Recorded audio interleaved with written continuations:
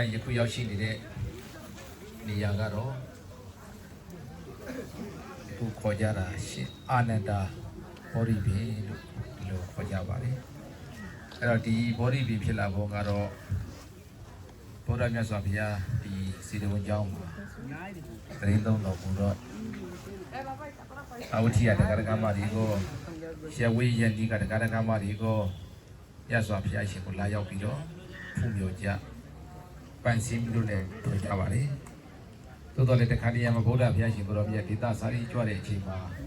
nhà sao bây giờ cháu nó mà mấy gì đó bây giờ bố lại giao ra để cái mà đi nhà sao bây giờ mấy gì đấy à xây ăn cái gì đấy gì à đó bây giờ tôi bảo là đấy ban đi CV cái đó cũng đi nam mà cha bị đó nhà qua ra đấy cũng rồi bị đó nhà qua ra đấy ta go another big tea pi khá giờ đó xin Ananda go sau đi xin bây giờ nhà sao bây giờ mấy chị để khám mà nhà sao bây giờ cô giáo đi đấy cô giáo bây giờ đối với mình cũng đi ali xin để mà để bây giờ cái đi ali xin về rồi nhà sao bây giờ mấy chị đó lấy về thì mình đi ali mà cô giáo bây giờ rồi nhà mấy suy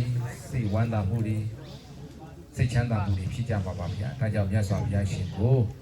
ဘုရားမရှိတဲ့အခါမှာကိုစားအနေနဲ့ပူဇော်ဖို့ရန်အတွက်နေရာဌာနတစ်ခုဖန်တီးပေးပါမြတ်စွာဘုရားလျှောက်ထားပေးပါလို့ရှင်နေတာကိုနာတပင်ကြီးကြီးကလျှောက်ထားခဲ့ပါတယ်đang chúng ta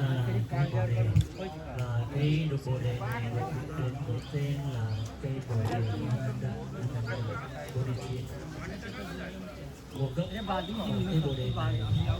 là bởi vì khi Đức Thế Tôn ngự tại tiền viên Tịnh Xá này thì hàng Việt Nam đến người Phật tử mỗi ngày đều đến đặt lễ nghe pháp cúng dường nhưng đôi lúc Đức Thế Tôn đã đi hoằng pháp một nơi khác thì những thiện nam đến được Phật tử thường hay hướng thăm cùng đi bình xá nghe pháp từ Đức Phật họ thấy khi đến đây mà không có Đức Thế Tôn và ông Anathapindika biết được điều này cho nên đã thưa thượng tôn giả khi Đức Thế Tôn ở nơi đây thì các tín đồ Phật tử nhưng mà khi họ đến đây Đức Thế Tôn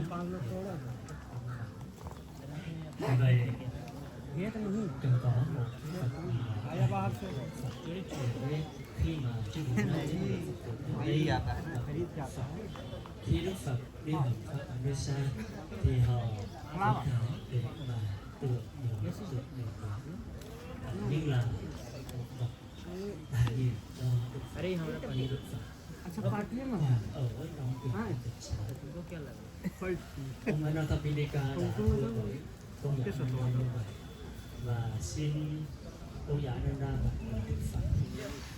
để có một cái tượng trưng cho Đức Thế Tôn. Đây là tôn giả Ananda đã nhận định và thi về điều này. Rồi nhà sao bây giờ cái là gì cô ra thì cô giáo bây giờ đối body be sai view và sự việc sẽ là cái စီခိုင်းပါလေအဲကြောင့်ရှင်အနန္ဒကမှတစ်ဆင့်တကူအိတ်ဒီဘက်ရှင်းဖြစ်တဲ့ရှင်မောက်ပလန်ကိုရှောက်ထားပါလေဘုဒ္ဓဘောဓိပြစိုက်ဖို့ရန်အတွက်ဘုရားကရမရှိတဲ့ဘောဓိညောင်းမင်းကနေပြီးတော့ဘောဓိညောင်းစေယူဖို့ရန်အတွက်ရှင်မောက်ပလန်ကိုရှောက်တော့ရှင်မောက်ပလန်ကတခါလေတကူနဲ့ကြွချီပြီးတော့သွားပါလေကြွချီပြီးတော့ကျွေကနေဖြစ်နေတဲ့အသီးတကူနဲ့ရှင်မောက်ကလန်ယူပြီးတော့ရှင်အနန္ဒာပတိမြတ်ကိုပြီးပါလေအဲ့တော့ဘောဓိပင်စိုက်ပြုမဲ့နေ့မှာကောသလရှင်မင်းကိုနာတပိတတိကိုဝိတာကကြောင်းမာကြီးကိုအခြားဘုရားကိုးကွယ်တဲ့တရားကမ္မတွေအားလုံးကိုကြောင်းတိုင်းမှာအားလုံးရှင်အနန္ဒာကဖိတ်ခေါ်ပြီးတော့ထားပါလေအဲ့တော့ရှင်အနန္ဒာကဘောဓိပင်ပြိုကိုတကကောသလဘင်းကြီးကိုပြေးပါလေကောသလရှင်ဘရင်ကစဉ်းစားတယ်ရှင်ဘရင်ဆိုတာယာရုဆိုတာသာဝရတည်တတ်နေတယ်ဆိုတာမရှိဘူးအခြေမရွေးယာတုတွေပြည့်စည်သွားနိုင်တယ်ငါယာတုကြောက်ပဲသွားရင်ဘောဓိပင်ကိုစောင့်ရှောက်နိုင်ပါဘူးဒါကြောင့်အမြဲတမ်းစောင့်ရှောက်နိုင်တဲ့အနာတပိတတိကိုပဲစိုက်ခိုင်းမယ်ဆိုပြီးတော့အနာတပိတတိကိုဘောဓိညောင်မင်းကိုသူ့တဲ့တဲ့ကိုထည့်ပြီးတော့စိုက်ပြိုးခိုင်းပါတယ်အဲ့တော့ဒီနေရာမှာရှင်အာနန္ဒာရဲ့စီစဉ်ချက်နဲ့ဘောဓိဘင်းကြီးကိုစိုက်ပြိုးတဲ့အတွက်ကြောင့်အာနန္ဒာဘောဓိလို့လည်းပဲနာမည်တွင်ခြင်းလည်းပဲဖြစ်ပါတယ်အဲ့တော့ဒီနေရာမှာဘောဓိဘင်းအောက်မှာဗုဒ္ဓဘုရားရှင်ကိုရောမြတ်တရက်တရင်သုံးပြီးတော့ပရသမပတ်ဝင်စားလို့ပို့ခဲ့ပါတယ်အဲကြောင့်ဗုဒ္ဓဘုရားလည်းပဲဗုဒ္ဓဘုရားပရိဘောဂစရိထိုက်တဲ့ဗုဒ္ဓဂယာကညောင်စည်းနဲ့စိုက်ပြိုးတဲ့ညောင်ပင်လေးဖြစ်တယ်။နောက်ဒီညောင်ပင်ရောက်မှာဗုဒ္ဓဘုရားရှင်ကိုရောမြတ်တရက်ကပရသမဘဝင်စားပြီးတော့တရင်သုံးတဲ့နေရာဌာနလေးပဲဖြစ်ပါတယ်။အဲကြောင့်နောက်ပိုင်းမှာဗုဒ္ဓဘုရားမရှိတဲ့အချိန်မှာဒီဘောဓိညောင်ပင်ကိုလာရောက်ပြီးတော့တရားဓမ္မတွေကပန်းစည်းမိရေးချမ်းနေတဲ့ပူဇော်ကြစီကပ်ကိုးကွယ်ကြတဲ့နေရာဌာနဖြစ်တယ်ဆိုတာအာယုပြုပြီးတော့အလုံးပူဇော်ကြရမှာဖြစ်ပါတယ်။ Và Đức Thế Tôn đã bảo tôn giả Ananda vào trì hải trồng một cây bồ đề ở trong kỳ viên tịnh xá. Khi đó tôn giả Ananda đã bạch với tôn giả Maha Moggallana để có thể lấy hạt bồ đề từ cây bồ đề nơi mà Đức Thế Tôn đã thành đạo. Tôn giả Maha Moggallana là một vị đệ nhất thần thông, cho nên đã dùng thần thông của mình đến cây bồ đề nơi mà Đức Thế Tôn đã thành đạo để lấy hạt bồ đề đem về đưa cho tôn giả Ananda. Và để trồng cái hạt bồ đề ở kỳ viên tịnh xá thì tôn giả Ananda đã mời vua Kosala bây giờ cũng như ông Anathapindika và Visakha và các Việt Nam tín nữ Phật tử ở xung quanh và ở bên thành Savatthi đến để tham dự cái buổi lễ trồng cây bồ đề. Thì đầu tiên tôn giả Ananda đã đưa cái hạt bồ đề cho vua Kosala để trồng, bởi vì tôn giả Ananda nghĩ rằng vua Kosala là vua của một nước tại nơi này. Nhưng mà vua Kosala nghĩ rằng khi ông trì vì thì không phải là trì vì cái cuộc đồ này mãi mãi,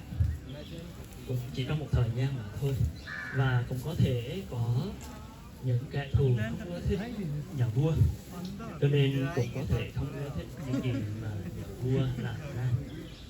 từ đó có thể có sự nguy hiểm cho cây bồ đề.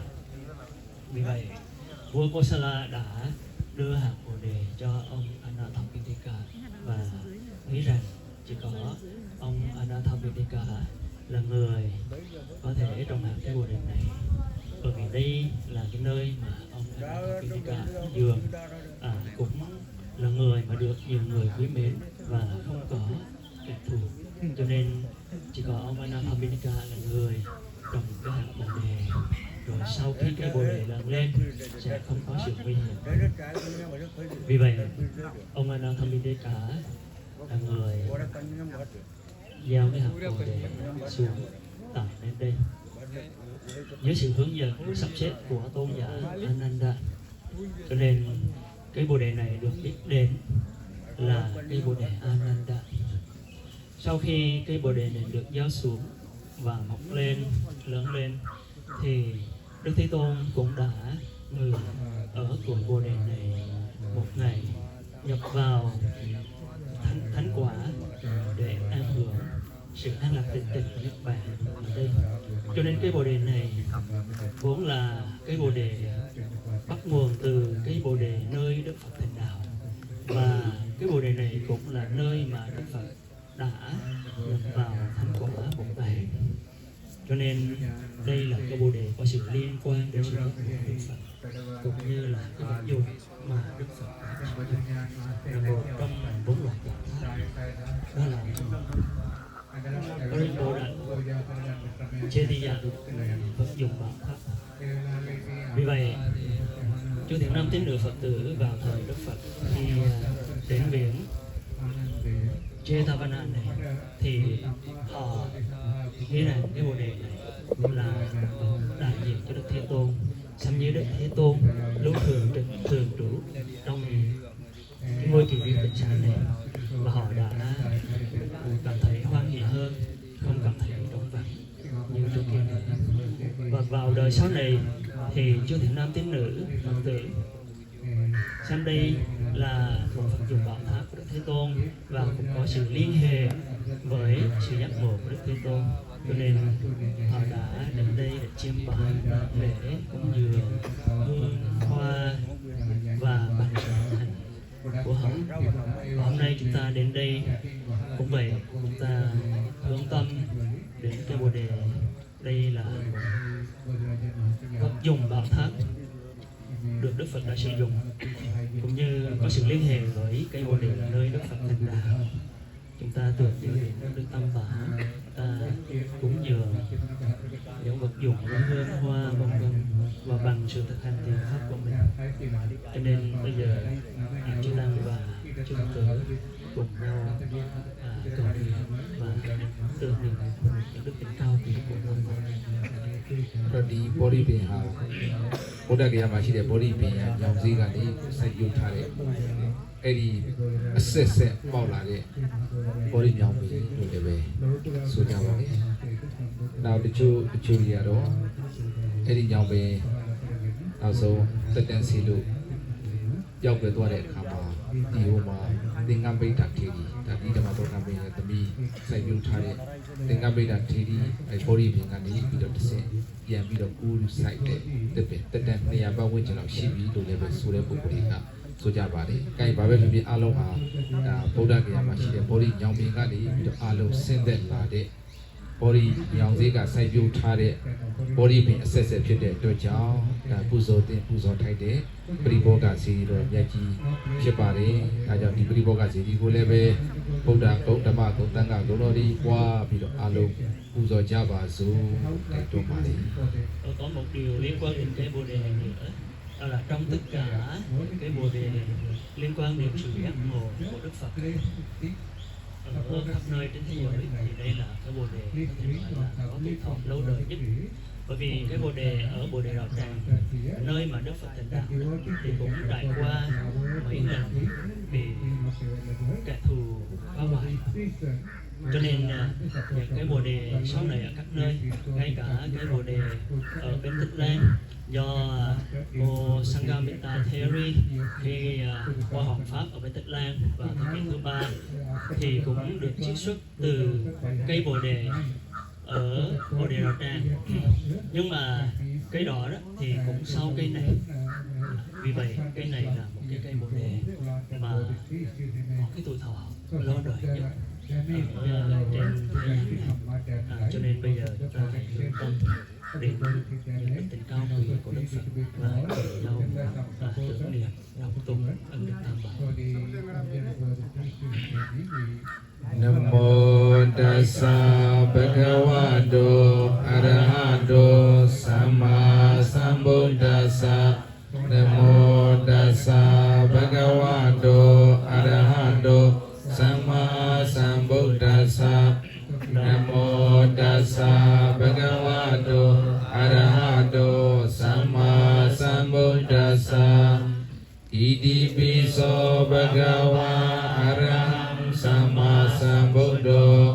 ဝိဇာစရဏသမ္ပန္နောသုခတောလောကဝိတုနောတရောပုရိသဓမ္မစာရတိသတ္တဒေဝမနုဿာနံဘုဒ္ဓောဘဂဝါစွာဂါတောဘဂဝတာဓမ္မောသန္တိတိကောအာဂါလိကောဧပစီကောဩပါနေယိကောဧဇတံဝေရိတဘောဝေညူဟိသောပတိပန္နောဘဂဝါတောသာဝကသံဃောပူဇောပတိပန္နောဘဂဝါတောသာဝကသံဃောညာယပတိပန္နောဘဂဝါတောသာဝကသံဃောသာပိကျိပတိပန္နောဘဂဝါတောသာဝကသံဃောယရိဒံဇတ္တာရိပုရိသယုဂာနိယထပုရိသပုဂ္ဂလံဧသာဘဂဝါတောသာဝကသံဃောအာဟုနေယောပါဟုနေယောဒေကိနေယောဣန္ဒလိကရဏီယောအနုတရံပုညခိတံလောကသာတိသာဓုသာဓုသာဓုဒီကစားအင်းဒီတင်ပါပဲဗျာအနေကဇာတိသံသာရံသန္တာဝိသံအာနိပိသံကာကာရံကဝိသံတောဒုက္ခဇာတိပုဏ္ဏပုဏ္ဏံကာကာရကဒိဋ္ဌောတိပုဏ္ဏကိဟနာကာဟတိသဗ္ဗတိပါတုကာဘေကာကာကုတံဝိသင်္ခတံဝိသင်္ကာရကတံစိတ်တံတဏနံခယပိစကံစယံတောဘောရိယာမူလေတัจจနန္တန္တိဝတ္တနောဧဝမေဝဇယောဟောတုဇယသုဇယမင်္ဂလေအပရာဇိတာပန္နိကေတိတေပုထဝီပုခလေအဘိသေကေသဗ္ဗဗုဒ္ဓနာဧကပတ္တောပမောတတိသာဓုသာ